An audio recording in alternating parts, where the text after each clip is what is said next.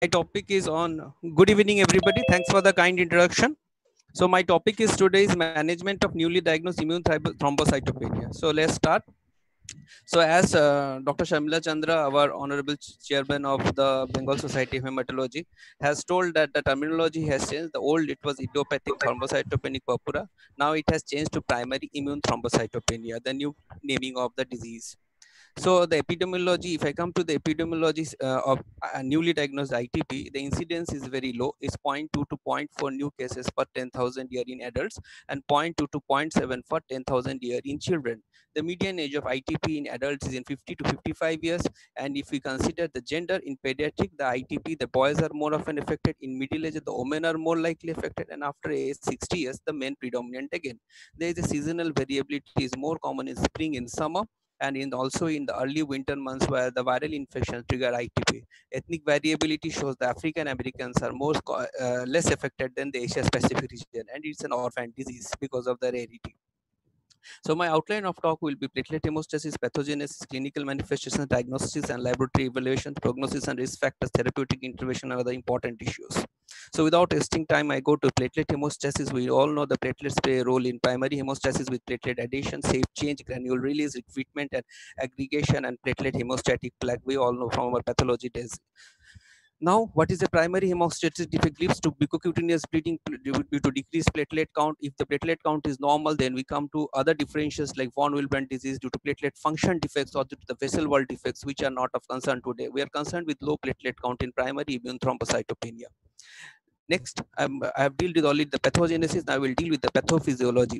It's an autoimmune disease against platelets and megakaryocytes. Remember, megakaryocytes are also damaged by the autoimmunity. So platelet autoantibodies, T lymphocytes, and impaired thrombopoiesis. I have a beautiful cartoon depicting all the complete complex pathophysiology. There is dysregulation of TH helper cells. There is more towards TH1 and TH17 helper cells, more polarity towards that, and downregulation of Tregs. There is damage to the megakaryocyte function, impaired megakaryocyte maturation and reduced platelet production. And there is also cytotoxic T cells having role. And we all know the role of Fc gamma receptors, where the platelets are destroyed by the antibodies already produced. So the ITP new terminology, what is newly diagnosed today? The top. Hello. Yes, now is clear. Is clear. Hello. So my new up till now it was fine, Kalpesh. Yes, Hello. sir. Okay, Yes. fine then. So ITP, the new terminology, the topic of interest of mine is newly diagnosed, which is of less than 3 month duration. The persistent is 3 to 12 months. The chronic is of more than 12 months. And refractive thrombocytopenia is defined post splenectomy. My topic of interest is newly diagnosed and is all manifestations, which I will address in subsequent slides. So next I will come to the clinical manifestations, the symptoms mostly in the form of petechiae, mostly in the form of wet purpura, and also in the bruise form of bruise. So you can see in this cartoon that there is petechiae, bruises and wet purpura. And if you can see, if we grade them into bleeding, the grade 1, which is minor bleeding, which is no mucosal bleeding is there, the petechiae is less than 100 total, less than 5 small bruises, each less than 3 centimeter diameter. What is a mild bruise? Grade 2 or mild, no mucosal bleeding in both the conditions. The petechiae is more than 100 in total, more than 5 large bruises. And grade 3 moderate overt mucosal bleeding, troublesome lifestyle. Grade 4 is severe, that is mucosal bleeding and suspected internal hemorrhage, which is a medical emergency in newly diagnosed ITP. Now, clinical manifestations in a large registry of children with newly diagnosed ITP, the following bleeding manifestations were reported. The cutaneous petechiae, purpura or bruising that I have shown in the last slide is 86% is the most common presentation, followed by oral bleeding of 19%, nasal bleed of 20%, and no bleeding in ITP, that is low platelet count, that is 9%. Menstrual, gastrointestinal, urinary bleeding is seen in less than 3% of cases. And in a UK survey, the symptoms is a very interesting presentation. Slide which shows that platelet count and symptoms such presentation. Generally, the most of the symptoms you will find is when the platelet count is less than 10,000 and between 10 to 19,000. With more platelet count, the symptoms are less. And severity of bleed it has been found that the ICH or the intracranial bleed has been reported in 1.4% of adults and 0.1% to 4% in children with newly diagnosed ITP. Very rare, but no unlikely. Severe bleeding is reported in 9.5% of adults and 20.2% of children. It's more in children, the severe bleeding, but ICH, which is quite fatal, is more in adults compared to children. Next, I will talk about the diagnosis and laboratory evaluation of newly diagnosed ITP. So how will you clinically clinch the diagnosis? It's sudden onset of petechial rash or bruising in an otherwise well-appearing child or adult. The platelet count definition of an ITP is that should be less than 1 lakh per microliter, normal complete blood count with normal differential white count, hemoglobin and reticulocyte count. No abnormalities on the peripheral smear after review by an experienced practitioner in hematology.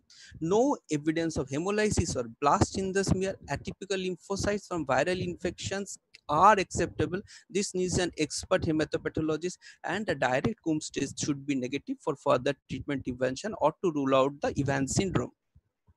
So what are the things to be ruled out? Check for clinically examine the lymph nodes, check, palpate the liver, palpate the spleen, examine for the stigmata of Fanconi anemia, see, check for systemic examine symptoms like fever, anorexia, bone or joint pain, headache or weight loss. Systemic disease, a long-standing history of thrombocytopenia or atypical bleeding, family history of thrombocytopenia, bleeding of unknown etiology, all this has to be ruled out by your clinical examination and clinical history taking. And mostly it's a diagnosis of exclusion, and there is some also some say that give a trial of IVIG possible. If response is there, then it probably is ITP, but it's not so strong an evidence as a diagnostic clincher. So in this slide, I want to mention two investigations which are presently mentioned in the new guidelines, that is quantitative IgG level measurement, which is done predominantly in children. Why we should do it is that it's not done in newly diagnosed, it is probably done in the chronic ITP, is where we do the quantitative immunoglobulin level measurement, and sometimes we do this quantitative IgG level measurement before giving IVIG also, because some are IgA deficient. And H. pylori testing is also, they have mentioned regarding this, is that it should be done in appropriate geographic areas where H. pylori is prevalent, but it's not mandatory in children at all. And if there is not response to the initial therapy, H. pylori testing can be done in the chronic stage in children. Rest all investigations are common, I have already discussed. Now it's a very $1,000,000 question. Shall I do a bone marrow examination? When shall I do it? Thrombocytopenia, if there is thrombocytopenia, fine, then we have abnormal leukocyte or erythrocyte parameters, go for it. If there is atypical history like fever, weight loss, lymph nodes enlargement, hepatosplenomegaly, any patient more than 60 years, go for bone marrow examination to rule out MDS or bone marrow failure or ICAS, or before splenectomy, to rule out alternative diagnosis with the greatest certainty before this irreversible procedure. So this is a picture where peripheral smear showing a single platelet and bone marrow examination showing plenty of megakaryocytes. So next I will talk on prognosis and risk factors, and what are the prognosis and risk indicators. What are the indicators for severe hemorrhage in a newly diagnosed ITP? That is platelet count less than 20,000, if the patient has multiple hematoma, wet purpura, you should check the oral cavity, history of prior severe bleedings, hematuria, no response to steroids, infection, fever, and age more than 60 years. These are the high risk indicators for severe hemorrhage. And prognosis and risk indicators for chronicity, that is indicators for chance of self-limited course in child, if the patient is child, young adult, if there's a preceding infection, if there's an abrupt onset, an initial presentation with acute bleeding symptoms, then the chances of chronicity are less. But chronicity is more in adults if more than 60 years old, no preceding infection or other disorder, insidious onset with only minor bleeding symptoms, or incidental thrombocytopenia without bleeding at all. So these are the chances of chronicity. Next, most important part is the therapeutic intervention. What are my goals of therapy? My goals of therapy should be individualized to the patient and the phase of the disease. My phase is early phase, so treatment should maintain a target platelet level of 20 to 30,000 at least of symptomatic patients. Treatment should be with minimal toxicity. Treatment should optimize the health related quality of life. Very important. The present guidelines very much stress on the health related quality of life of each patient. So initial treatment we do with anti-D, corticosteroid, preferably with dexamethasone, methylprednisolone, and prednisolone, and IVIG. So the initial treatment of newly diagnosed patients, what we will do in adult with no or minor bleeding. If the platelet count is more than 30,000, no need to panic. Observe the patient. If the platelet count is 30,000 and there is a minor mucocutaneous bleed, treat with steroids, preferably dexamethasone or prednisolone. If the platelet count is less than 20,000, new diagnosis, admit the patient and begin treatment. An established patient who is asymptomatic or minor bleeding, treat as an outpatient. So platelet count less than 20,000 should be hospitalized and treatment should be immediately prioritized. For children, the platelet count is less than 20,000, no bleeding, outpatient observation. Platelet count more than 20,000, no bleeding, outpatient observation. For children with non-life threatening bleeding, all platelet counts, treatment with prednisolone for 2 to 4 milligram per into 5 to 7 days. Refractory or steroid dependent thrombopoietin receptor agonist, which Dr. Saikat will address. Next, I will come to the most important thing about the corticosteroid. Here, I will ask all the listeners to be a little patient and be careful. The prednisolone dose is at 1 milligram per kg in adult. Maximum dose, if it is 80 milligram, even if a person is weighing 90 kg, don't exceed beyond 80 milligram. Maximum duration you will go for is for 2 weeks or maximum of 3 weeks.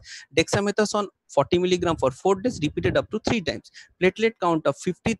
Platelet count should be 50,000, the prednisolone tapered by 6 weeks, maximum 8 weeks. Even if the platelet count is falling up beyond that, also taper by 6 weeks. Don't extend beyond 8 weeks. If there is no response to the initial response within 2 weeks, check platelet count daily. The prednisolone should be tapered rapidly over 1 week and stopped. For children, the corticosteroids are used in only grade 1 and grade 2 bleeding, not in grade 3, 4 that I have already mentioned. The prednisolone dose is at 4 milligram per kg in 3 to 4 divided doses for 4 days. Maximum daily dose, if you use for 4 days only, is 200 milligram, or else if you want to use for 1 to 2 milligram, maximum 80 milligram, that is for 1 to 2 weeks. The same other two, if the platelet count rises above to 50,000, tapered by 3 weeks. If there is no response by 2 weeks, then it should be stopped over 1 week and stopped immediately. Next is IVIG. The dose we all know is 0.4 gram per kilogram of body weight intravenously for 5 days or 1 gram into 1 to 2 days. IVIG is 10%. Recently, some 10 grams are available. Is as effective as 5 grams with response rate of 72%, 8 vis-a-vis to 80.7. The onset of action is in 4 days. The adverse effects are headache, aseptic meningitis, and renal failure. And there are some studies which have shown that reduce IVIG response to anti-GPIB9 antibodies to the platelets. But there is a mixture of antibodies, so it's very difficult to ascertain. Transient response lasts only 1 to 4 weeks in 80% treatment can be repeated. Next is IV anti-D. See, the response is 80%. The duration, the onset of action is in 3 to 7 days. 1/3 of patients have acceptable platelet threshold after 2 to 6 weeks. The anti-D dose has been recently modified to 50 microgram per kg from the traditional 75 microgram per kg, but it has overall response rate of 65% with a median duration of remission of 25 days. But it has unique side effects like chills, pyrexia, and decreased hemoglobin. Another important thing is that the patient should be blood group Rh positive. The patient should not be splenectomized, and patients should have no active autoimmune hemolysis anemia. There is a black box warning that risk of death due to acute respiratory failure and acute renal insufficiency and DIC is always there. And administration of IV anti-D and steroids sometimes minimize the side effects, and it is not available in Europe. Recommendations for life-threatening bleed: we use combinations of IV corticosteroids, IVIG, and sometimes we can also use platelet transfusions to mitigate the risk. If there is no response, we can add TPORA, and there are some studies with IV vincristine, vinblastine. You can use tranexamic acid. You can also very rarely do emergency splenectomy.